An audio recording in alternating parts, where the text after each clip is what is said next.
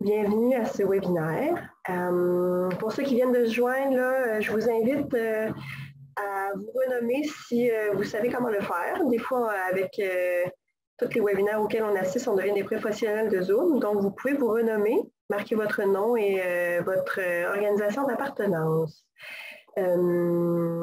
Les caméras sont fermées, les micros aussi. C'est vraiment juste pour essayer de préserver la bande passante puis essayer une meilleure qualité là, du son et du visuel. Si vous avez des problèmes cependant, on a avec nous Mme Sonia Garand, qui est vraiment notre technicienne. Donc, si vous avez des problèmes, vous pouvez l'écrire dans le fil de discussion et on va essayer de pouvoir le régler avec vous. Donc, sans plus attendre, Sonia, est-ce que tu voudrais lancer un petit sondage éclair? Dans le fond, ce que vous voyez à l'écran, c'est un sondage juste pour nous donner un peu le pouls de la salle. Donc, de savoir qui est là. Comme ça, des fois, ça permet un peu d'adapter nos interventions, votre profession, la région de laquelle vous promenez. Et la dernière question, où. Dans le fond, est-ce que vous êtes membre ou non de la communauté de pratique aînée? Peut-être que je vous l'apprends ce midi, mais le webinaire que vous assistez est organisé par la communauté de pratique aînée, qui est une communauté de pratique qui s'intéresse au continuum de services pour les aînés. Dans le fond, si c'est possible d'être membre, je vais vous envoyer le lien dans le clavardage. Si vous ne répondez pas aux critères pour être membre, je vais vous envoyer un autre lien aussi pour pouvoir bénéficier de notre bulletin pour les partenaires externes. Donc, sans plus attendre, je vois quand même que ça répond bien. Bon, je vous laisse encore quelques petites secondes là, parce que si jamais je pense que votre profession n'est pas là ou peu importe, bon, c'est sûr que j'ai marqué autre, là, mais si vous avez des suggestions d'ajout pour bonifier notre questionnaire, n'hésitez pas. Ah, puis j'ai beaucoup de membres de la communauté de pratique. C'est bon. Bon, on peut mettre fin au sondage, Sonia, puis partager les résultats. Donc, vous voyez là, à l'écran, on a beaucoup de gestionnaires de cordeaux, de chefs de service, des chargés de projet, quelques membres de l'INES, l'INSPQ, des chercheurs aussi, représentants d'organismes. Oh, Mme Bourbonnais, on a une salle variée. Au niveau de la région, beaucoup de gens de Capitale-Nationale, Chaudière-Appalaches. C'est varié quand même, là. Les Gaspésie, les îles, Laval, Estrie, Montérégie. Vous comprenez qu'on a regroupé des régions parce que nos possibilités là, dans le sondage sont limitées. Puis, on a quand même une majorité de membres de la communauté de pratique aînée. Donc, voilà, on peut arrêter le partage du sondage. Bienvenue. Dans le fond, bon, je vous l'ai nommé, je m'appelle Céline Bouffard, je suis l'animatrice du volet personnes proches aidantes d'aînés de la communauté de pratique aînée. Ça fait long sur une carte d'affaires, mais c'est ça. Aujourd'hui, j'ai le plaisir de vous présenter Mme Bourbonnais, qui vient nous présenter le webinaire qui a pour titre « Qu'est-ce que les proches aidants, qu'est-ce que les proches aidants de personnes âgées vivant au centre d'hébergement pendant la pandémie veulent vous dire. » Donc, on est vraiment dans quelque chose de... Bon, Mme Bourbonnais, arrêtez-moi là, mais peut-être quelque chose d'ethnologique. Je trouvais ça intéressant de faire ce webinaire-là avec Mme Bourbonnais parce que ça fait suite un peu au dernier webinaire qu'on a eu du CREJAS, portant aussi là, sur les personnes proches aidantes en CHSLD. Donc, on va voir, il y a peut-être des corrélations ou des choses qu'on peut bonifier aussi avec cette étude-là. Madame Bourbonnais, quelques mots sur vous. Professeure agrégée à la Faculté des sciences infirmières de l'Université de Montréal, titulaire de la chaire de recherche en soins infirmiers à la personne âgée et à la famille, ainsi que de la chaire de recherche du Canada en soins aux personnes âgées. Elle est chercheure au Centre de recherche de l'Institut universitaire de gériatrie de Montréal et son programme de recherche vise à améliorer la qualité des soins et la qualité de vie des personnes âgées et de leurs proches vivant en CHSLD. Donc, voilà, j'ai été obligée de le lire parce que c'est quand même, c'est ça, vous avez un beau curriculum vitae quand même. Donc, sans plus attendre, je vous rappelle la formule. On a un 40 minutes de présentation. Je viens déjà de prendre 5 minutes, donc je vais essayer de me taire rapidement. Et après la présentation de Mme Bourbonnais, on va avoir un 20 minutes de questions où là, vous voyez, on a en formule de réunion. Vous allez pouvoir ouvrir votre caméra, ouvrir votre micro, poser des questions dans le clavardage. Bref, participer vivement à cette période de discussion. Donc, sans plus attendre, Mme Bourbonnais, je me tais et je vous laisse la parole. Au webinaire. Merci beaucoup. Vous m'entendez bien? Absolument. Parfait. Donc, merci beaucoup de m'avoir invité à venir présenter à votre communauté de pratique et aux autres personnes qui sont intéressées à cette problématique des proches aidants. Ça me fait plaisir d'être avec vous pour vous parler d'un projet de recherche qui visait spécifiquement les proches des personnes âgées qui vivent en CHSLD et pendant la première vague de la pandémie. Je ne sais pas si vous me voyez. Bon. Au sein de mon équipe de recherche, on avait décidé c'était un peu long comme titre, fait qu'on l'a appelé le projet Voix. Fait que donc, quand je vais faire référence au projet, je vais l'appeler le projet Voix. On m'a bien présenté avec mes longs titres. Je vais vous avancer ceci. Mon équipe que je vous présente brièvement est constituée de différents chercheurs. Entre autres, une chercheure qui vient de la Colombie-Britannique et une autre qui vient de l'Ontario, qui vont répliquer un peu l'étude que j'ai faite, dont je vais vous présenter les résultats préliminaires aujourd'hui. Donc, ils vont la refaire en Ontario et en Colombie-Britannique. Donc, éventuellement, on va pouvoir comparer aussi comment s'est déroulée l'expérience des proches en CHSLD durant cette pandémie. On a aussi une proche aidante qui s'appelle Susan McCauley qui a un blog sur les proches en CHSLD qui participe à cette étude-là. On a eu du soutien financier, c'est comme les annonces de début d'un projet de recherche, donc Centre de recherche de l'Institut universitaire de gériatrie et des 2 chaires dont je suis titulaire qui ont soutenu ce projet-là. Je vous mets cette image pour vous raconter un peu la genèse de ce projet. En fait, ce projet Voilà est né il y a environ à peu près 1 an, au moment où la COVID frappait très durement les CHSLD. Et je menais à ce moment-là un essai clinique qui évaluait l'efficacité d'une démarche d'intervention qu'on appelle l'intervention en décibels pour les comportements vocaux des personnes âgées qui vivent en CHSLD. Et c'est une intervention qui est basée sur le partenariat entre les proches, les soignants et les personnes âgées pour identifier des interventions personnalisées en lien avec les comportements vocaux comme des cris. Naturellement, quand la pandémie est arrivée, moi, j'ai suspendu ce projet-là à partir du 12 mars parce que c'était un peu difficile d'aller faire un projet de recherche qui visait à faire rencontrer les gens pour discuter ensemble dans le contexte. Sauf qu'1 mois plus tard, ma coordonnatrice de recherche qui s'appelle Geneviève et moi-même, on était un peu inquiets de tous ces proches en CHSLD. On voyait ce qui se passait. Et on avait quand même les noms de beaucoup de proches qui avaient participé à notre projet avant la pandémie. Puis on a obtenu l'autorisation du comité d'éthique de la recherche pour les appeler, juste pour prendre de leurs nouvelles. Ma coordonnatrice Geneviève est une infirmière qui a une maîtrise, donc elle avait une formation en relation d'aide. On s'est dit, on va juste les appeler, prendre de leurs nouvelles, puis voir comment ils vont. Donc, on avait à peu près une 30aine comme ça qu'on a appelé. Et Geneviève a réalisé toute l'ampleur de la détresse qu'il y avait chez ces proches-là. Et on se sentait plutôt impuissante à faire quelque chose. On a fait une intervention ponctuelle téléphonique, mais on trouvait que ce n'était pas grand-chose.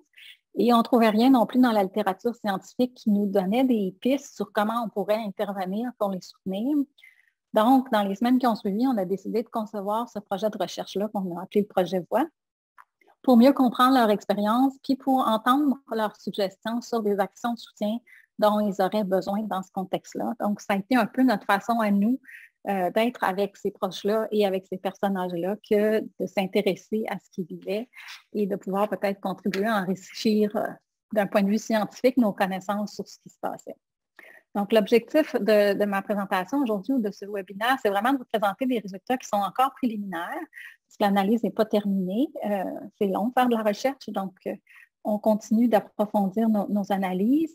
Ça va vous présenter la perspective vraiment des proches, qui pourraient peut-être appuyer l'importance de certaines mesures, puis mieux comprendre leurs réactions dans différentes situations. Indirectement, ça nous a aussi permis de comprendre un peu plus l'impact sur les personnes âgées, puisque les proches nous ont parlé aussi des personnes âgées.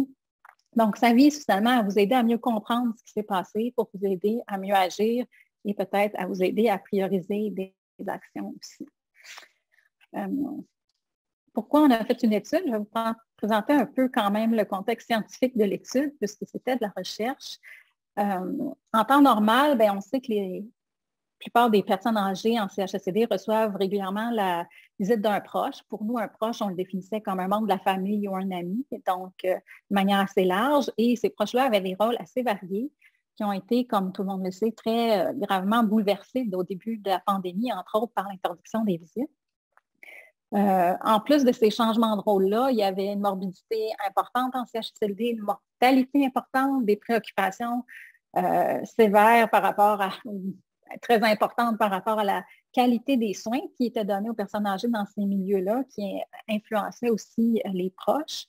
Et tout ça a eu des sérieuses répercussions sur les proches et les personnes âgées. Mais la nature exacte de leur expérience, de leurs besoins, bien, scientifiquement, on ne les connaissait pas. Et on s'est dit que des connaissances dans ce domaine-là, ça pourrait nous aider à influencer les actions des professionnels de la santé et aussi les politiques publiques pendant la pandémie actuelle, mais aussi dans les prochaines, parce qu'on sait que c'est une clientèle qui est fragile pour toutes sortes de problèmes d'infection. On savait qu'avant, il y avait déjà des problèmes des fois d'éclosion d'influenza ou de gastro. Donc, on sait que c'est des éléments qui se produisent et qui continueront certainement de se produire aussi. Ce qu'on savait, c'est qu'on savait que d'être un proche aidant, ça peut être un fardeau, ça a des aspects gratifiants, mais c'est aussi quelque chose qui peut être un fardeau pour les proches et que ça peut avoir un impact négatif sur leur santé. Donc, il y a eu beaucoup d'études et d'écrits à ce sujet-là. Par contre, on ne savait pas trop c'était quoi l'impact d'une pandémie sur ces personnes âgées-là et ces proches-là. Dans les dernières années, il n'y a pas eu tant de pandémies ou d'épidémies, puis en général, elles ne touchaient pas particulièrement les personnes âgées. Donc, ce qu'on a fait, c'est qu'on est allé voir dans les écrits, entre autres, c'était quoi l'impact de mesures de confinement. Puis ce qu'on a trouvé de plus proche de ce qu'on vivait, c'était la crise du SRAS qu'il y a eu en 2003, entre autres à Toronto. Fait qu'on a trouvé des études sur ça. Et pour vous rappeler, un peu pendant la crise du SRAS à Toronto, c'est surtout des professionnels de la santé qui avaient été confinés à domicile pendant quelques jours en attendant de voir s'ils développaient ou pas la maladie. Les études qui ont étudié les impacts psychologiques de ces mesures-là de confinement pendant le SRAS ont trouvé que pour une période où ils ont été confinés de manière médiane, donc en gros, ils ont été confinés généralement à peu près 10 jours, il y avait entre 15 à 29 de ces professionnels de la santé-là qui avaient été confinés à peu près 10 jours, qui avaient des symptômes de stress post-traumatique, puis jusqu'à 31 qui avaient des symptômes dépressifs. Et plus on allongeait la période de la quarantaine, plus ces symptômes-là augmentaient. Moi, quand j'ai lu ces études-là, je me suis dit qu'on allait avoir un fichu problème parce qu'au moment où j'ai lu ça, on était déjà rendu à la fin avril. Donc, ça faisait pas mal plus que 10 jours que toute la société était pas mal confinée, que les proches étaient confinés. Donc, je me suis dit qu'on aurait, dans les prochaines années, comme société, beaucoup de problèmes parce qu'il y allait avoir beaucoup plus de monde qui allait vivre ces mesures de confinement-là qui étaient en plus très longues. Donc, c'est venu un peu justifier l'importance de s'intéresser vraiment à l'impact de ces mesures-là sur les proches qui vivaient en CHSLD, qui étaient particulièrement affectés par les mesures de confinement. Donc, les questions qu'on s'est posées, les questions de recherche qu'on s'est posées, c'est quoi l'essence d'être un proche, la signification d'être le proche d'une personne âgée qui vit en CHSLD pendant la pandémie? Et la deuxième question qu'on s'est demandé, c'est quoi les recommandations qu'ils pourraient nous faire sur des actions de soutien pour assurer leur santé et celle des personnes âgées pendant une épidémie. Donc, c'est un peu les questions qu'on s'est posées. Quel type d'études? Je vais vous présenter très rapidement le type d'études, mais si jamais vous avez des questions plus pointues sur la méthode, ça va me faire plaisir d'y répondre par la suite. J'aime beaucoup les méthodes, mais en général, ce n'est pas ce qui vous intéresse le plus, mais s'il y en a qui ont des intérêts pour la méthode, ça me fera plaisir d'en parler davantage. Brièvement, ce qu'on a fait, c'est une ethnographie critique, donc c'est une étude qualitative qui permet d'étudier le contexte socio-culturel et les activités humaines qui y ont lieu et qui vise à identifier, entre autres, les relations de pouvoir qu'il peut y avoir entre les différents humains qui sont dans ce contexte socio-culturel. C'est vraiment une méthode qui vise à donner une voix, d'où le fait qu'on l'a appelé le projet Voix, à des gens qui sont soit silencieux ou malentendus ou un peu marginaux pour influencer des actions politiques. Puis on trouvait que ça se prêtait bien aux proches qui étaient en ce moment isolés, qui n'avaient plus accès à rien et qui n'étaient pas nécessairement entendus beaucoup dans notre société. Donc, on a utilisé cette méthode-là. En gros, ce qu'on a fait, c'est qu'on ne voulait pas déranger les gens dans les CHSLD pour recruter des participants. Donc, on a utilisé des bassins de proches qui avaient participé à des études antérieures et on a recruté comme ça 24 proches, donc des personnes âgées, pas des personnes âgées, des personnes qui avaient une relation émotionnelle ou sociale avec la personne âgée. Donc, on a une définition quand même plus large que celle du ministère avec laquelle vous êtes familière. Ces personnes-là prenaient ou avaient pris soin d'une personne âgée vivant en CHSLD entre le 12 mars et le 31 juillet 2020. Donc, vraiment pendant la première vague de la COVID. Dans certains cas, les personnes âgées, quand on a rencontré les proches, étaient toujours vivantes et dans d'autres cas, la personne âgée était décédée pendant cette première vague-là. Ce qu'on a fait, c'est qu'on avait naturellement un questionnaire sociodémographique, mais on a surtout fait des entrevues individuelles qui étaient approfondies et semi-structurées, qu'on a fait en grande majorité par téléphone, je pense dans certains cas par Zoom, dans un cas à l'extérieur, à distance, avec des mesures sanitaires, parce que la participante voulait vraiment le faire avec l'assistante de recherche. Donc, on s'est organisé pour qu'elle puisse faire ça dans des conditions qui le permettaient. Et on a fait ça au mois de juillet. Donc, il s'était quand même passé mars, avril, mai, juin. Et c'était durant le mois de juillet qu'on a fait ces entrevues. Donc, les propos des proches reflètent cette période temporelle là, qui allait du 12 mars jusqu'à la fin juillet. On a aussi pris des notes de terrain. Et j'ai aussi collecté ce que j'appelle des artefacts, donc des articles, des fichiers audio ou vidéo qui venaient des médias canadiens à partir de début mars 2020, que j'ai mis en gris ici parce qu'on ne les a pas encore analysés, mais c'est vraiment pour documenter tout ce contexte-là puis pouvoir situer éventuellement nos résultats dans ce contexte plus large là, de ce qui s'est passé sur les soins aux personnes âgées et en CHSLD pendant cette période-là. Je vous ai mis ici un peu l'analyse de données. On a fait avec vraiment une méthode ethnographique qui est la méthode d'un auteur qui s'appelle Spradley. Je vous épargne les détails techniques, mais encore une fois, si ça vous intéresse, je pourrais vous en parler. On avait énormément de données, même si on a interviewé que 24 personnes, on a plus de 1250 codes qui ont émergé de toutes ces entrevues. Donc, on a beaucoup, beaucoup de travail pour approfondir toute cette analyse. Qui étaient ces proches qui ont participé? Mais c'était en moyenne des femmes, en 71 % c'était des femmes, qui avaient un âge moyen de 63 ans, ce qui est assez représentatif de ce qu'on trouve comme proches aidants en CHSLD. Dans la grande majorité des cas, c'est leurs filles ou leurs fils qui ont participé. Et on avait aussi certaines personnes qui n'avaient pas de lien biologique. Fait qu'on avait quand même un échantillon un peu diversifié, puis on avait aussi des hommes. Donc, on avait une majorité de femmes, mais on a aussi la perspective des hommes. On avait 16 personnes sur 24, donc plus de 65 % qui, avant la pandémie, visitaient la personne plus d'une fois par semaine. Donc, c'est quand même des proches qui étaient très présents. Et la majorité d'entre eux passaient à peu près 1 heure auprès de la personne âgée, mais quand même un grand nombre, donc 10 sur 24, qui passaient plus de 2 heures avec eux lors de leur visite. Les personnes âgées dont s'occupaient ces proches-là avaient en moyenne 88 ans et étaient à 92 % des femmes, ce qui est encore une fois assez représentatif de la clientèle en CHSLD. Il y avait une grande majorité qui parlait, une grande majorité. 58 % des gens avaient comme langue maternelle le français, mais on avait quand même aussi, beaucoup dont la langue maternelle était des Italiens. On a aussi des gens grecs, donc il y avait quand même une représentation variée. Il y en avait certainement en anglais aussi. Il y avait parmi nos 24 personnes, 13 qui vivaient dans un CHSLD public.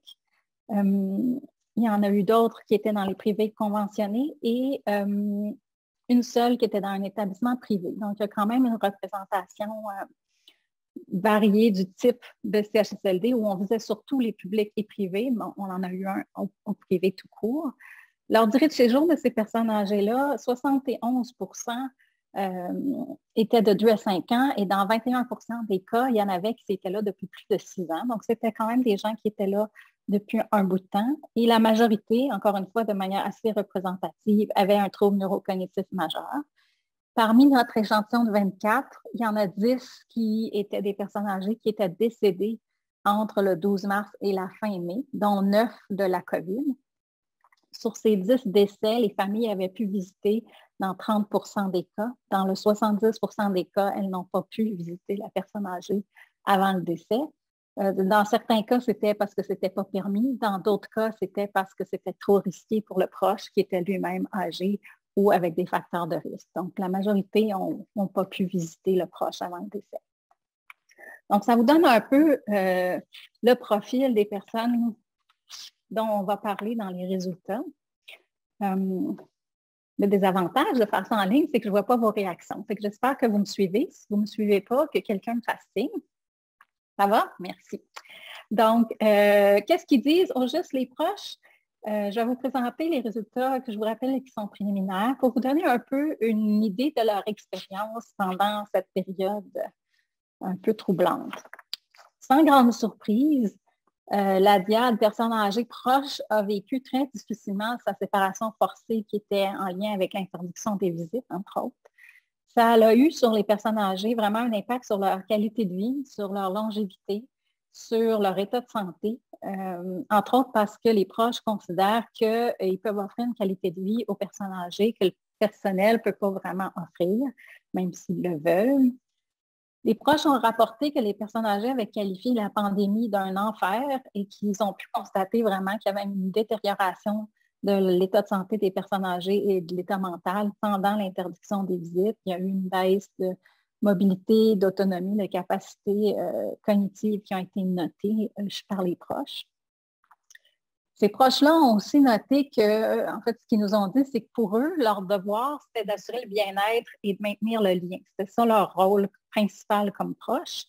Et l'interdiction des visites a un peu réduit à néant leur rôle, en plus d'avoir à gérer des sentiments de culpabilité et d'impuissance importants du fait qu'ils ne pouvaient plus remplir ce devoir-là qu'ils considéraient comme essentiel auprès de la personne âgée.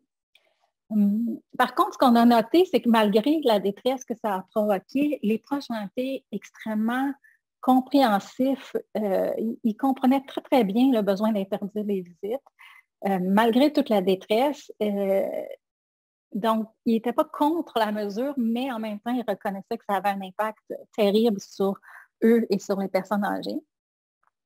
Il y en a certains qui ont vu que leur nouveau rôle, c'était de garder l'espoir, alors que d'autres ont plutôt vécu des périodes de désespoir, dans le sens qu'il y avait de la difficulté à se convaincre que ça irait bien, qui était le slogan qu'il y avait à cette période-là. Donc, il y a vraiment des proches qui ont été capables de se dire, ben moi, je vais croire que ça va bien aller, puis je vais essayer de garder ça comme, ça va être ça mon rôle, je vais penser à elle en espérant que ça aille bien, et d'autres ont moins bien réussi à faire ça. Ça a eu des conséquences sur la santé des proches, entre autres beaucoup sur leur santé mentale.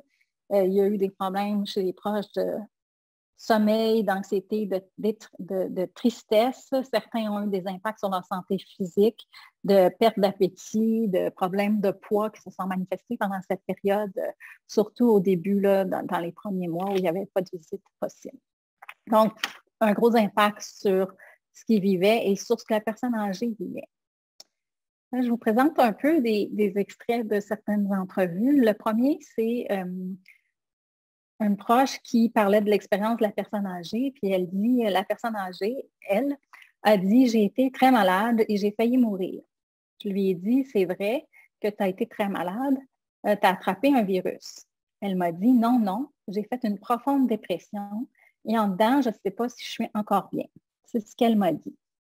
Donc, cette proche-là rapporte que la personne âgée, en fait, a retenu plus le fait qu'elle s'est sentie en profonde dépression plutôt que de parler du virus. Donc, il semble refléter que les mesures ont eu un impact sur elle plus grand que le fait qu'elle avait été malade physiquement.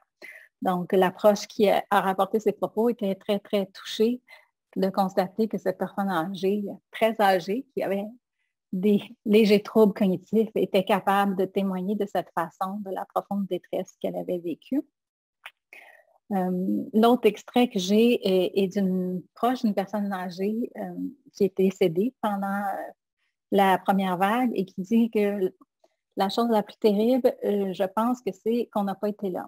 Ça, pour moi, ça va être jusqu'à la fin de ma vie une situation très difficile à vivre parce qu'on a comme, c'est certain que c'est une situation extrême, on a comme abandonné notre mère à des mains qui étaient.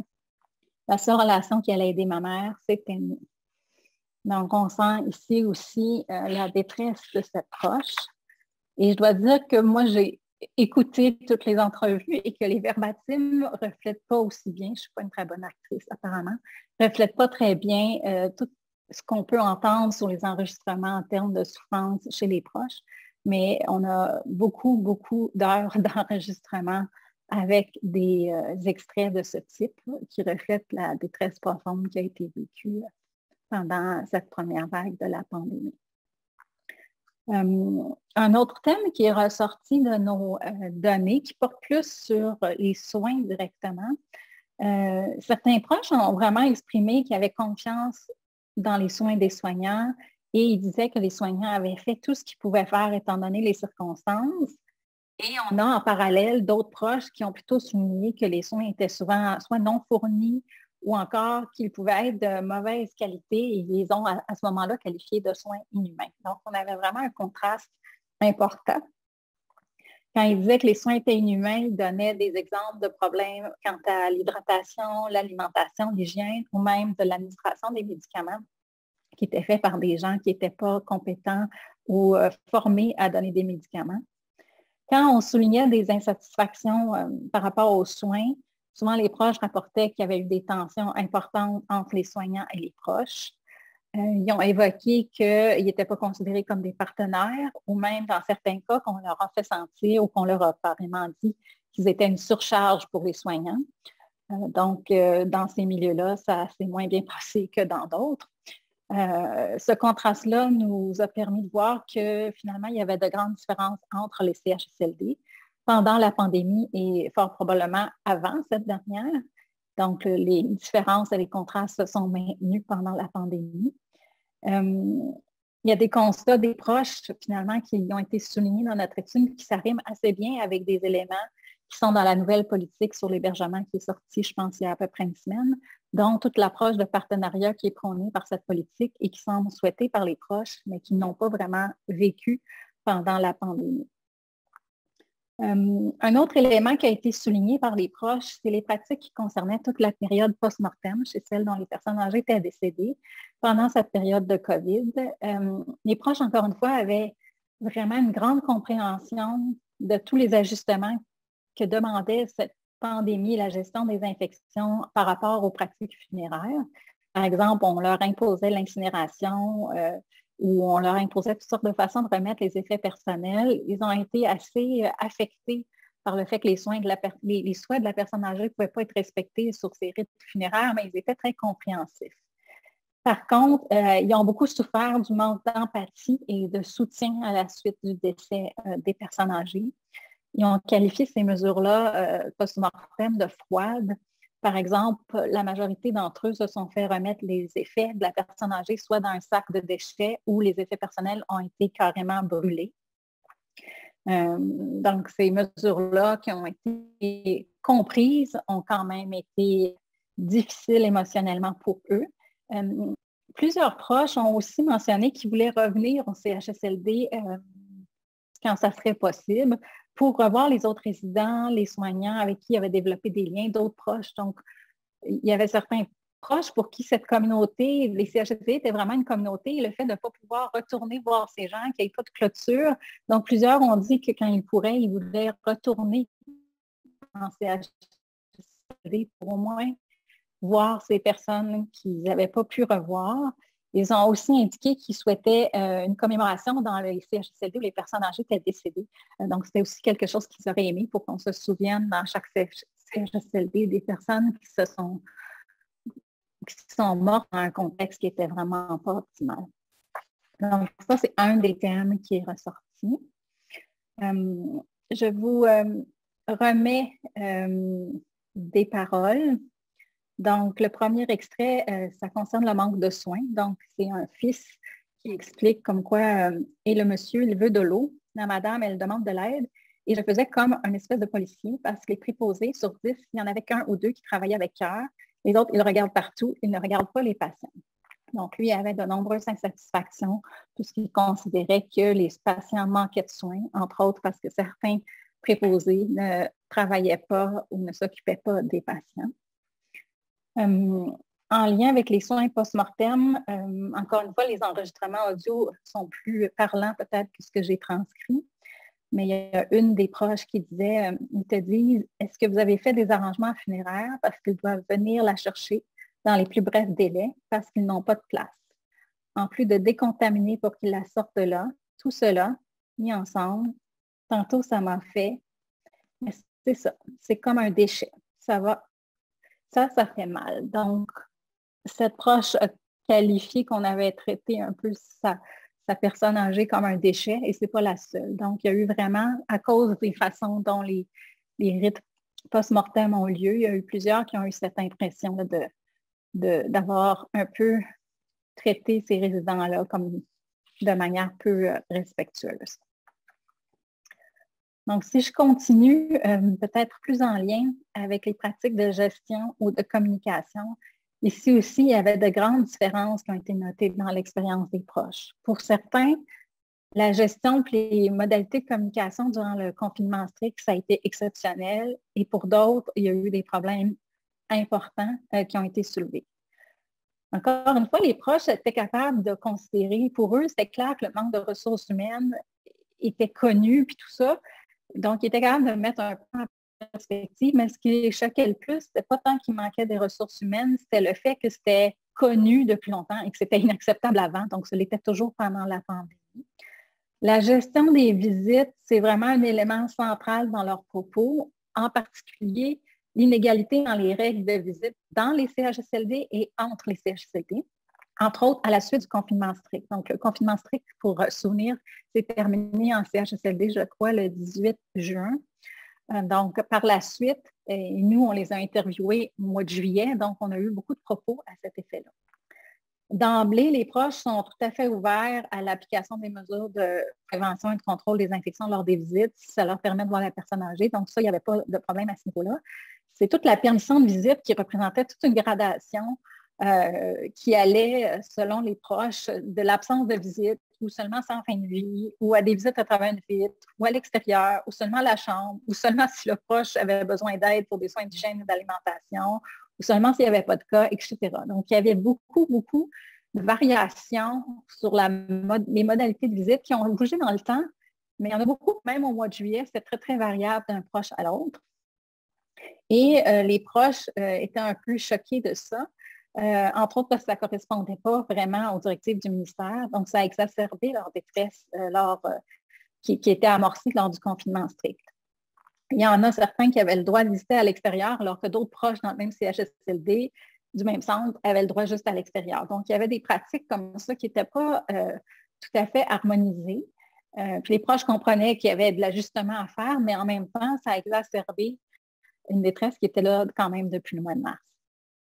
L'autre élément où il y a eu beaucoup de propos des proches, c'était sur la communication, où il y avait aussi beaucoup de variations entre les expériences des proches. Ils ont clairement exprimé qu'ils avaient besoin d'être informés et rassurés de façon très proactive. Ils ont constaté que certaines personnes âgées étaient capables de communiquer par téléphone ou réagissaient très bien aux technologies de vidéoconférence comme on utilise aujourd'hui par Zoom, même si elles avaient des troubles cognitifs. Donc, pour certaines personnes, ça marchait très bien. Dans d'autres cas, c'était plus difficile pour les personnes âgées qui avaient plus de misère à comprendre. Donc, ce n'était pas nécessairement si elles avaient ou non des troubles cognitifs. Même parmi celles qui avaient des troubles cognitifs, il y en a qui réagissaient bien, puis d'autres pas. Dans certains cas, ces technologies-là, en fait, la plupart du temps, ont été très rassurantes et appréciées par les proches. Mais il y a dans certains milieux eu des problèmes. Entre autres, souvent, la technologie a été offerte tardivement ou à des moments inopportuns ou à une fréquence irrégulière ou juste pendant 3 minutes ou qui ne permettait pas une intimité parce qu'il y avait toujours quelqu'un qui restait en présence et qui surveillait un peu ce qui se passait. Donc, pour eux, ça soulevait certaines insatisfactions. D'autres insatisfactions étaient plus en lien avec la qualité de l'information qui était transmise ou il y avait juste l'information générale sans avoir d'informations spécifiques sur la personne âgée. Pour plusieurs, il n'y a eu aucune communication pendant plusieurs semaines, dans certains cas pendant plusieurs mois. Donc, ils ont eu des fois aucune nouvelle. Certains ont été très persévérants pour essayer d'avoir des retours d'appel, certains avec succès, d'autres pas. Il y a des décisions médicales et de soins qui ont été prises sans que les proches soient informés. Les façons de fonctionner dans les CHSLD, que ce soit la possibilité de visite ou pas, dans certains endroits, c'était bien expliqué, à d'autres, pas du tout. Encore une fois, les proches se sont exprimés sur les insatisfactions qu'ils ont eues, mais ils étaient en même temps compréhensifs qu'il y avait un manque de temps flagrant dans les milieux et qu'il y avait un manque de ressources. Donc, ils comprenaient un peu pourquoi ça ne marchait pas de manière idéale, mais en même temps, l'absence ou le peu de communication, ça a eu des conséquences vraiment importantes pour eux en accentuant leur détresse, la frustration et beaucoup de colère aussi. Donc, tout ce qui touchait autour de la communication sur l'état de santé des personnes a été un élément qui est aussi venu affecter leur expérience grandement. Des paroles un peu qu'elles ont eues, il y en a un qui a dit, j'ai reçu un courriel qui disait que ça faisait 2 semaines que les gens vont à l'intérieur. J'ai demandé si je pouvais faire partie de ce monde-là. Puis elle, la réceptionniste, m'a dit carrément non. J'ai dit pourquoi? Elle m'a dit parce que vous avez accepté les visites à l'extérieur.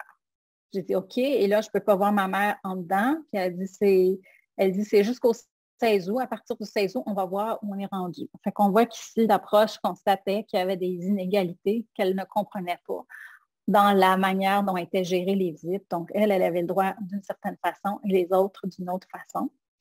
Mais on a aussi des expériences positives de communication. Ici, ça en est un exemple. Donc, elle dit l'approche dont la mère était en fin de vie. C'est que la technicienne a tellement bien fait ça avec Zoom. Pour moi, c'était extraordinaire parce que j'étais à côté d'elle, maman, j'étais à côté d'elle. Puis l'appareil, elle l'a mis à côté d'elle, à côté de son oreille. Je voyais son visage, je pouvais lui dire à la technicienne, touche son front, touche sa joue. Je voyais dans ma tête qu'elle me serrait. Donc, pour moi, c'est le temps où je pouvais lui dire de s'en aller. Donc, quand il y a eu des initiatives de communication par les technologies, ça a été aussi grandement apprécié, entre autres par les proches dont les personnes sont décédées ou la majorité n'ont pas pu les visiter.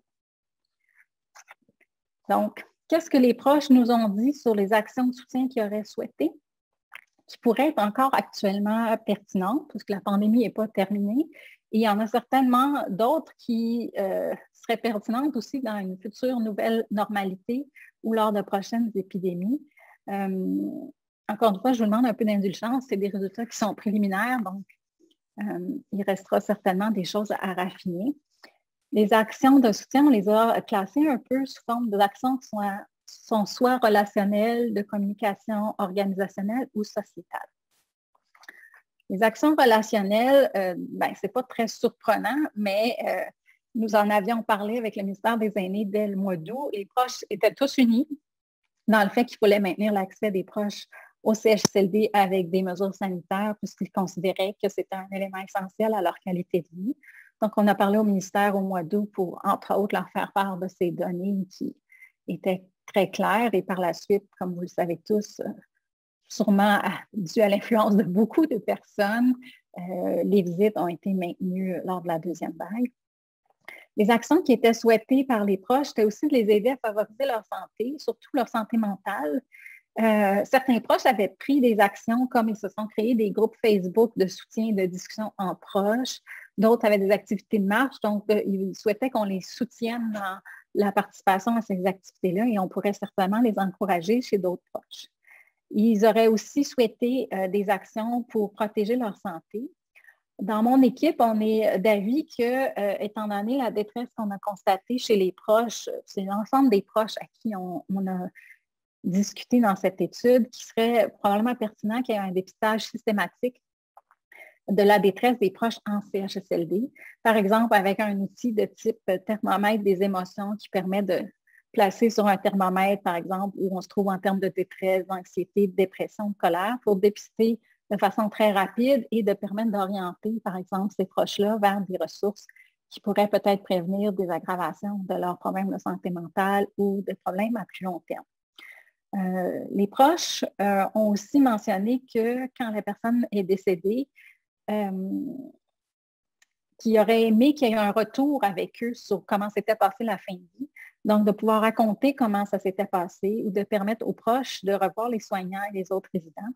ou les autres proches avec qui ils avaient tissé des liens. Donc, ça, c'est une autre action qu'ils aimeraient. Et ces actions-là pourraient les aider dans le processus de deuil, un processus dont vous avez entendu, je pense, dans d'autres webinaires, qui pouvait être assez complexe et très affecté déjà par les mesures sanitaires. Ils souhaitaient aussi que tout ce qui touchait la période post-mortem, et peut-être que cela est vrai encore aujourd'hui et sûrement dans l'avenir, que ce soit davantage humanisé comme pratique et de les mettre en œuvre, surtout avec plus d'empathie quand il y a des contraintes à ce niveau-là. Dans les actions de communication que les proches nous ont rapportées, ils ont été très clairs, ça s'applique très clairement aujourd'hui, puis pour l'avenir, pandémie ou pas. Ils veulent que les CHSLD prévoient des modalités qui sont variées pour donner aux proches des nouvelles, non seulement régulières, mais aussi personnalisées sur l'état de santé des personnes âgées et qui tiennent compte des capacités de la personne âgée et des préférences proches. Donc, ça peut être par les technologies de l'information. Il y a beaucoup de proches, des fois, qui n'habitent pas à proximité des CHSLD. Et il y a des personnes âgées, même avec des troubles cognitifs, qui réagissent bien par téléphone. Ils auraient souhaité, des fois, sur de l'information sur des règles des CHSLD, que ce soit par des infolettres. Donc, pour eux, c'est un élément clé. Plusieurs proches nous ont aussi mentionné qu'il serait important d'informer les proches sur les rôles qu'ils peuvent jouer en CHSLD. Donc, ils avaient l'impression, des fois, de ne pas trop savoir quel rôle ils pouvaient jouer. Mais surtout, ce qui ressortait davantage, c'est vraiment qu'ils veulent un réel partenariat qui est tout à fait cohérent avec l'esprit de la nouvelle politique sur l'hébergement et celle sur les proches aidants, dans le fait de reconnaître les proches et de les considérer dans leurs différents rôles comme des partenaires. D'un point de vue organisationnel, les proches, naturellement, ont vu les problèmes de personnel et de gestion des soignants. Donc, ils souhaitent, comme on a beaucoup entendu, des meilleurs ratios personnels, mais surtout, ce qu'ils ont mentionné, c'est qu'ils veulent des personnes qui sont qualifiées et stables. Et ils ne nous ont pas parlé tant que ça des préposés aux bénéficiaires. Ils nous ont surtout mentionné qu'ils souhaitaient l'ajout de psychoéducateurs, d'infirmières et de travailleurs sociaux, en plus d'avoir des gestionnaires qui sont compétents. Donc, la compétence est un élément qui ressortait et un profil de professionnels bien formés en plus grand nombre. Ils ont aussi demandé naturellement d'organiser l'accès au CHSLD de façon qui serait équitable, flexible et individualisée. Donc, de s'assurer que la même accès était donné à tous les proches, que cela était communiqué et que ça tenait compte aussi des mesures de prévention des infections. Concernant la prévention des infections, ils disaient aussi de s'assurer que ces mesures-là étaient respectées non seulement par les proches, mais par tous les autres aussi qui rentraient dans les CHSLD. Ils avaient parfois l'impression que ça visait plus certains groupes que d'autres. Donc, c'est des actions organisationnelles dont certaines sont peut-être déjà en marche, mais c'était des éléments importants pour eux. De façon sociétale, il y en a certains qui ont pensé qu'il pourrait y avoir des mesures qui pourraient aider les proches, par exemple, qui souhaiteraient un retour temporaire à domicile quand il y a des situations critiques pour pouvoir alléger des soins peut-être en CHSLD quand il y a un manque de personnel ou quand la situation est dangereuse pour les personnes âgées qui puissent le faire temporairement. Elles souhaitaient aussi qu'elles aient un droit de parole auprès du gouvernement, par exemple, par un porte-parole. Et il y en a plusieurs qui nous ont suggéré qu'on devrait augmenter le nombre de bénévoles et je les appellerais des personnes de compagnie, mais ce sont souvent des dames de compagnie en CHSLD. Et ils avaient toutes sortes d'idées pour des initiatives de recrutement, par exemple, de faire du recrutement dans les centres d'achat, dans les écoles. Ils disaient que c'était un rôle qui était très gratifiant, très important pour briser l'isolement, la solitude en CHSLD, et qu'il devrait en avoir beaucoup plus que ce qu'il y en avait, et que les CHSLD devraient fournir un peu ces ressources ou de contribuer à augmenter leur nombre. Donc ça, c'était certaines des actions qu'ils suggéraient. Parmi les paroles, je vois le temps qui parle, donc j'ai presque terminé, Céline. Parmi les paroles, il y en a une, puis je vous la traduis librement, qui disait je crois qu'ils doivent être là, ils doivent être là pour nous écouter. Si quelqu'un vient à eux avec une préoccupation, une inquiétude, l'écouter, le laisser parler, je pense juste leur fournir du réconfort et des suggestions sur ce qu'elle peut faire. Donc, cet extrait-là rejoint un peu le besoin qu'ils ont d'être entendus, qui appuie un peu notre demandation peut-être au fait de faire un tâche systématique et de leur offrir des ressources parce que je pense que plusieurs d'entre eux ont besoin de pouvoir parler. Une autre a précisé ceci à propos de la communication, plus la nature de la communication, qu'on m'informe avec des détails et pas dans un langage. Il y a un langage CHSLD et puis c'est dégueulasse ce langage. C'est comme sortir des mots de leur bouche sans rien dire, sans rien informer, et toujours blâmer la résidente. On m'a dit jamais les mots comme désolé, je suis désolée que ça soit arrivé. On ne prend pas le blâme quand on dit ça, mais ça aide beaucoup la personne, qu'on ait de la compassion, démontrer de l'empathie. Donc, ça reflète un peu le souhait par rapport à la nature et la forme que la communication devrait prendre. D'autres extraits en lien plus avec une des stratégies originales pour la communication qui avait eu lieu dans un CHSLD. Il y a une proche qui nous a raconté qu'elle, des résidentes assez autonomes pour prendre les appels, avait eu le mandat de recevoir et de répondre au téléphone. Puis, elle faisait bien ça. À ce moment-là, c'était plus facile de rejoindre les infirmières comme ça. Donc, ils ont utilisé au maximum toutes les personnes dans l'environnement dans ce centre. Donc, ils ont mis les personnes qui étaient lucides et qui étaient capables à répondre et à donner des nouvelles et au besoin à rejoindre l'infirmière pour que l'infirmière appelle les proches. Donc, leur ont donné une certaine utilité et maximisé les ressources sur place. Donc, ça, c'était assez exceptionnel, mais il y a un centre qui a eu cette idée.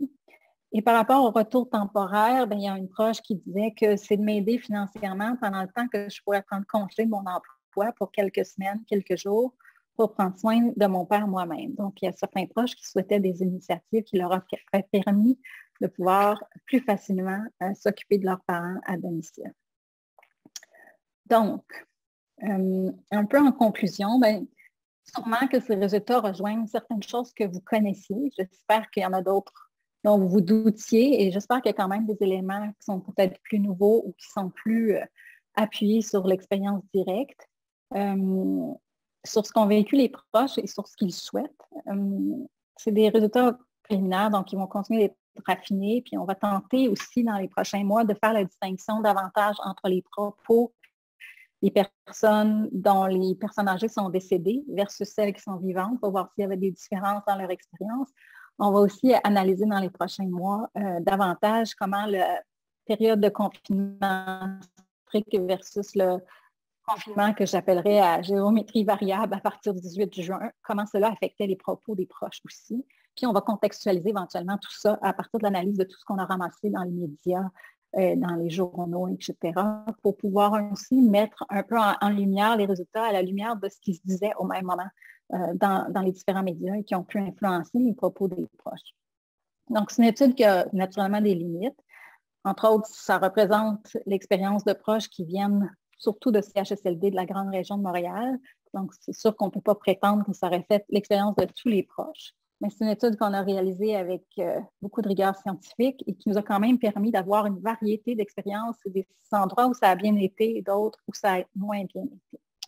Donc, en gros, ce que les proches voudraient vous dire, si je résume, ils auraient sûrement voulu vous dire qu'ils vivent une grande détresse, même après la fin du confinement, et qu'ils ont besoin de soutien pour eux et leurs proches âgés, qui sont compréhensives sur la situation des CHSLD, sur les mesures de prévention des infections, mais frustrées des inégalités et des incohérences, et qu'elles ont des idées d'action qui pourraient les aider, ainsi que les personnes âgées, et inspirer des pratiques en CHSLD maintenant et pour l'avenir. Pour ma part, quand je regarde un peu ce qu'ils nous ont dit, j'ai l'impression que certaines des idées d'action et de leurs éléments d'expérience pourraient venir nous aider à opérationnaliser, entre autres, les plans d'action qui sont en lien avec la nouvelle politique sur l'hébergement et sur l'approche aidante. Donc, je pense que leurs propos rejoignent bien certains éléments que ces politiques tentent peut-être de corriger. Donc, sur ce, j'ai dépassé un peu mon temps. Je suis libre pour répondre à vos questions. Ça va, Madame Bourbonnais, une conférencière hors pair. Merci beaucoup pour ce temps, pour ce partage. Il nous reste une dizaine de minutes pour les questions. Si jamais vous voulez, on peut peut-être déborder d'un petit 5 minutes, mais oui. J'essaie vraiment d'être consciente de votre temps. Je vous ai envoyé dans le clavardage, je vais vous le remettre, le sondage de satisfaction pour qu'on puisse continuer d'être en amélioration continue. Donc, si vous voulez le remplir, ça nous aide. On peut transférer les données à Madame Bourbonnais. Moi, c'est drôle, ça me En tout cas, j'ai plein de questions, mais je vais vous en prendre avant parce que je trouve que c'est ce qui est le plus pertinent. Donc, j'avais M. Leblanc qui avait une question pour vous. Monsieur Leblanc, seriez-vous d'accord d'ouvrir votre micro pour poser votre question de vive voix? Juste avant, Sonia, est-ce que tu peux permettre aux participants d'ouvrir leur micro? Oui. OK, d'accord. Excuse-moi, je t'ai comme pris de court. Oui, ils peuvent, il n'y a pas de problème. D'accord. Donc, Monsieur Leblanc, est-ce que vous voulez ouvrir votre micro? Pendant que M. Leblanc ouvre son micro, je vois qu'il y a quelqu'un qui se demandait de quelle politique d'hébergement je faisais référence. C'est la nouvelle politique du ministère de la Santé sur politique d'hébergement. Je pourrais peut-être vous trouver le lien, mais ou peut-être que Céline va vous trouver le lien ou l'envoyer. Je l'ai déjà envoyé. OK, parfait. Merci. Donc, M. Leblanc posait la question suivante. Avez-vous recueilli des exemples de gestes clés qui permettraient de reconnaître les proches aidants en temps réel, en tant que réels partenaires? Je répète parce que ce n'était pas clair. Avez-vous recueilli des exemples de gestes clés qui permettraient de reconnaître les proches aidants en tant que réels partenaires? En fait, mais les endroits où les exemples que j'ai peut-être plus de réels partenariats, c'est peut-être les proches qui ont vécu une expérience plus positive. Donc, on a certains proches qui ont eu des expériences extrêmement difficiles et d'autres ont eu des expériences qui avaient confiance et ça allait bien. Et dans les milieux où ça allait bien, en général, le partenariat était beaucoup qu'on avait du personnel, donc soit un préposé ou une infirmière qui connaissait très bien la personne âgée, qui allait les contacter, leur fournir de l'information, leur demander qu'est-ce que vos parents aiment. Donc, il y avait vraiment un échange d'informations de part et d'autre.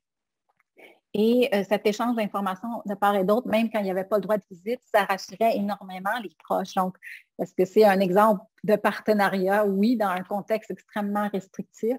Donc, c'était beaucoup, et ils avaient beaucoup d'éléments à être rassurés quand ils savaient que les professionnels qui étaient présents connaissaient leurs parents, donc, et qu'eux les connaissaient aussi, les avaient connus, ils savaient qu'ils travaillaient bien. C'était un élément qui était très, très important. Donc, je ne suis pas sûre que ça répond à votre question sur est-ce que c'est un élément clé de partenariat, mais c'est certainement la confiance réciproque des proches par rapport aux soignants et les soignants qui vont chercher de l'information chez les proches pour s'assurer de donner des meilleurs soins. C'est certainement un élément peut-être de base pour pouvoir construire sur un partenariat. Par ailleurs, dans d'autres projets, donc j'ai mentionné très, très brièvement, où on travaille une intervention qui s'appuie sur le partenariat. Je pourrais vous en parler un autre jour aussi, mais cette intervention-là, on voit que d'asseoir les proches et les soignants ensemble et de leur donner la possibilité de réfléchir ensemble à des problèmes et d'essayer de trouver des solutions ensemble où tout le monde est aussi responsable d'appliquer ces solutions est généralement des éléments clés pour qu'un réel partenariat s'applique et non pas juste une implication ou un transfert d'informations, mais vraiment un travail où tout le monde cherche des solutions ensemble. Et ça, dans mes autres projets, c'est beaucoup ce qu'on a vu qui permettait d'améliorer les relations entre les soignants et les proches et d'améliorer la satisfaction des proches sur les soins aussi, parce que là, quand ils se mettent à discuter ensemble, ils comprennent mieux le vécu des soignants et les soignants se mettent à mieux comprendre le vécu des proches. Et ça, dans mes autres projets, c'est un élément qui est clé pour que le partenariat ne soit pas juste un mot dans une politique, mais s'actualise concrètement. Donc, les asseoir ensemble et les faire travailler ensemble, c'est assez gagnant. Merci. Puis, je présente mes excuses. Monsieur Jean-Guillaume Marquis, je vous ai débaptisé. J'espère que ça répond quand même à votre question. Donc, voilà. Super, merci beaucoup. Pas de problème. Bye-bye. Oui. Sinon, j'avais aussi, là, j'espère que j'ai le bon nom de famille, là. Monsieur Poulain, est-ce que vous voulez ouvrir votre micro? Oui. Bon. Est-ce que vous voulez poser votre question? Oui, il n'y a pas de problème. Tantôt, vous avez parlé que les proches voudraient avoir plus d'intervenants et de gestionnaires compétents. Ma question était de savoir au niveau de la compétence dont les proches parlent, ça se situe à quel niveau, c'est quelle nature de compétence? Ils ont beaucoup parlé, c'est ils voulaient des gestionnaires qui n'allaient pas juste protéger leur personnel. Donc ça, c'est chez les gens qui étaient naturellement plus insatisfaits. Ils voulaient des gestionnaires qui n'allaient pas juste être là, défendre leur personnel, mais qui allaient être plus à l'écoute. Donc, quand ils disaient des gestionnaires compétents, ils disaient des gestionnaires compétents, mais aussi qui sont... ils voulaient comme des nouveaux gestionnaires qui n'allaient pas juste défendre leur nom. C'était peut-être un reflet d'expérience plus difficile. Sinon, ils souhaitaient qu'il y ait des gestionnaires, des gens qui allaient surveiller le travail du personnel, entre autres des préposés. Donc, des fois, les proches mentionnaient qu'ils voulaient plus d'infirmières pour surveiller le travail des préposés ou ils voulaient quelqu'un qui allait surveiller. Donc, il y a beaucoup de propos de proches qui trouvaient qu'il y avait des préposés qui étaient exceptionnels, mais aussi beaucoup qui trouvaient que des fois, ils ne faisaient rien, qu'ils s'occupaient mal des choses, puis qu'il n'y avait personne qui les coordonnait ou qui s'assurait qu'ils fassent leur travail correctement. Donc, dans le langage des proches, ce qu'on a eu comme données, c'était plus à ce niveau-là. Et naturellement, ils ont mentionné, puis ça, est-ce que c'est influencé par ce qui se dit dans les médias? Peut-être pas, parce que c'est arrivé par la suite, mais peut-être que le ministère a entendu ou arrivait à la même réalisation, c'est-à-dire qu'ils se plaignaient qu'il n'y avait pas de gestionnaire aussi dans les milieux. Donc, ils en voulaient, puis ils voulaient qu'ils soient compétents et pas complaisants par rapport à ce qu'ils pouvaient avoir comme problème sur les unités. Donc, c'est peut-être les données les plus spécifiques que je peux vous fournir à ce propos. Parfait. Peut-être juste en terminant, c'est une recherche que vous avez faite vraiment intéressante. Puis si jamais vous cherchiez des sujets de recherche supplémentaires, les résidences pour personnes âgées seraient un bon endroit pour le même sujet. Parce que c'est une réalité qui se ressemble un peu sans tout à fait être complètement pareil. Fait que merci beaucoup. Ça fait plaisir. Puis oui, on l'a fait en CHSLD parce que ma programmation de recherche était en CHSLD. Puis j'avais comme un bassin de proches que je pouvais contacter. C'était pratique pour ne pas déranger personne sur le terrain, ce qui n'était vraiment pas ce qu'on voulait. Donc, faire de la recherche en temps de COVID, c'est un peu compliqué parce qu'on ne veut pas déranger les intervenants. Mais c'est certain qu'il y a des réalités dans les RI et dans les RPA qui pourraient être tout à fait intéressantes aussi à explorer. Merci beaucoup. Merci, Mme Bourbonnais. Est-ce que j'ai quelqu'un d'autre qui aurait des questions? Vous pouvez lever la main ou ouvrir votre micro ou encore le mettre en cadrage. J'ai entendu là, dans votre présentation, c'est comme aussi des témoignages de la souffrance des personnes proches aidantes d'aînés. Je sais qu'il y a beaucoup de gens dans notre salle virtuelle qui sont ici issus des appuis, qui peuvent probablement témoigner de ce qu'ils ont entendu aussi. Donc, n'hésitez pas aussi là, si vous voulez compléter. Sinon, j'ai une autre question de M. Saint-Martin. M. Kevin Saint-Martin, est-ce que vous voulez ouvrir votre micro? Oui, bonjour. Bonjour. Oui, ma question, en fait, c'est si je vous ai bien compris tout à l'heure, vous avez nommé que certains des proches avaient l'impression qu'ils devaient exercer une sorte de surveillance là, sur les employés pour garantir la qualité des services offerts, notamment avec l'exemple du verre d'eau, si je ne me trompe pas. Selon vous, est-ce que le contexte de la pandémie puis l'absence des proches aidants dans les milieux a été favorable à l'émergence de situations de maltraitance? Malheureusement, je pense que la réponse serait oui. Il y a des proches qui l'ont même nommé. Je ne dirais pas que c'était généralisé chez tous les proches, donc je n'en ai pas fait un élément central, mais il y a des proches qui ont mentionné des éléments de maltraitance en lien avec soit de la négligence, donc des fois c'était que les soins étaient mal faits, des fois c'était juste qu'il y avait une absence de soins. Donc chez les gens qui avaient de mauvaises expériences, c'est clair qu'ils ont mentionné parfois le mot maltraitance.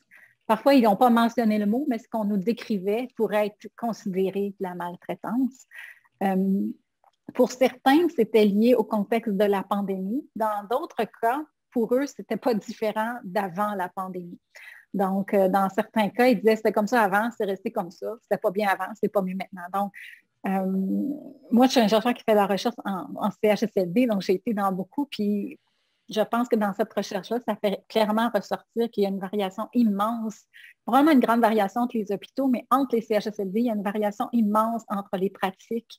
Donc, avec les mêmes règles gouvernementales, il y a certains centres qui réussissent à se débrouiller extrêmement bien et d'autres vraiment pas. Et ça, c'était le cas avant la pandémie. Et on dirait que la pandémie a comme ce qui était bon a été exacerbé de manière positive et ce qui était moins bon était de manière encore pire. Donc, je pense qu'il y a quelque chose de peut-être regarder les meilleures pratiques dans certains centres qui pourraient peut-être être transférées. Il reste que c'était dans la grande région de Montréal, fait que c'est peut-être différent dans d'autres régions, mais même au sein de la grande région de Montréal, il y a énormément de disparités d'un centre à l'autre. Donc, c'est un peu pour ça que j'ai donné l'exemple aussi d'un centre qui a fait quelque chose de totalement atypique, qui est de mettre des personnes âgées elles-mêmes à répondre au téléphone, ce qu'on ne ferait jamais en temps normal. Mais je trouvais que dans un contexte de crise, c'était assez créatif et que ce centre-là, finalement, avait trouvé une manière de s'assurer que l'information circule sans... Donc, peut-être qu'on ne ferait pas toujours ça, mais je trouvais que ça avait été une initiative, bon, anormale, mais créative en temps de crise. Donc, je pense qu'il y a des centres qui se débrouillent mieux que d'autres, clairement, et qu'il y a des centres où il y avait de la maltraitance, puis que ça a continué ou que ça a été exacerbé en temps de COVID. Merci beaucoup. Merci pour votre question. Il est 12h59, donc peut-être que je prendrai, on pourrait étirer jusqu'à 13h05 là, pour ceux qui n'ont pas de rencontre après. Là, je sais que les horaires sont comme des agendas de ministres. Je vous demande toujours si vous voulez répondre au sondage de satisfaction. J'aurais peut-être une dernière question. Je vois que Mme Freitas et Mme Rees sont dans la salle. Mesdames, vous avez publié, vous avez participé, ou en tout cas, je ne sais plus le terme, mais à une étude là, qui était comme plus de type réponse rapide, donc revue littérature des écrits. Est-ce que vous voyez des points de convergence entre votre étude et celle de Mme Bourbonnais? Oh, je vous prends un petit peu à... Vous n'êtes pas obligé. Mais vous, Mme Bourbonnais, est-ce que vous voyez des points de convergence?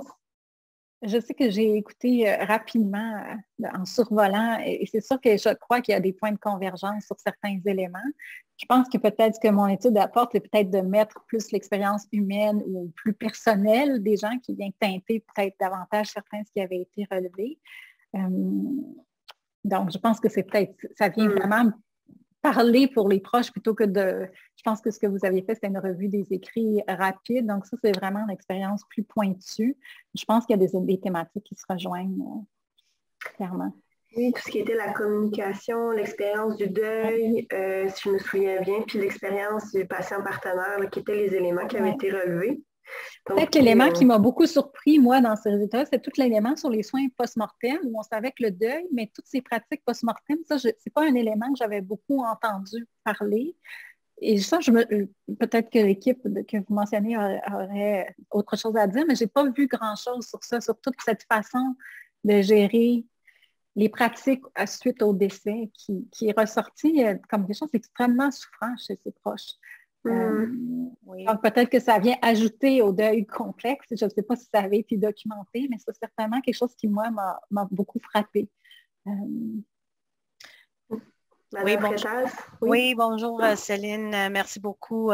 Juste pour juste ajouter, oui, il y a des convergences. On a vu à peu près la même chose. J'ai vu la stratégie, les actions sur la communication. Ça a été fort dans notre étude aussi, dans notre rapport aussi. Toute la partie partenariat, je suis heureuse de voir que ça sortit aussi dans une des autres études et de comment on peut améliorer. Dans notre rapport, on a mentionné des pratiques inspirantes et peut-être ça pourrait aider à la population de voir comment on peut améliorer les choses. Donc, merci beaucoup pour votre présentation. Ça a été tellement inspirant pour nous aussi. Merci. On aime ça faire du croisement des savoirs. C'est ça que ça sert à une communauté de pratique. Donc, 13h03, je vous laisserai partir tout le monde. Je sais qu'il y a beaucoup de gens qui sont déjà partis parce que c'est la vie. Hein? En tant que, c'est comme si on serait plus occupé depuis que la COVID est là. Hein? Peut-être que je peux ajouter, Céline, que s'il y en a qui souhaitent m'écrire pour avoir plus d'informations, pour discuter plus en profondeur ou pour éventuellement recevoir, nous allons écrire un rapport plus détaillé et publié si vous voulez éventuellement recevoir ces éléments. N'hésitez pas à me contacter par courriel, ça me fera plaisir de répondre.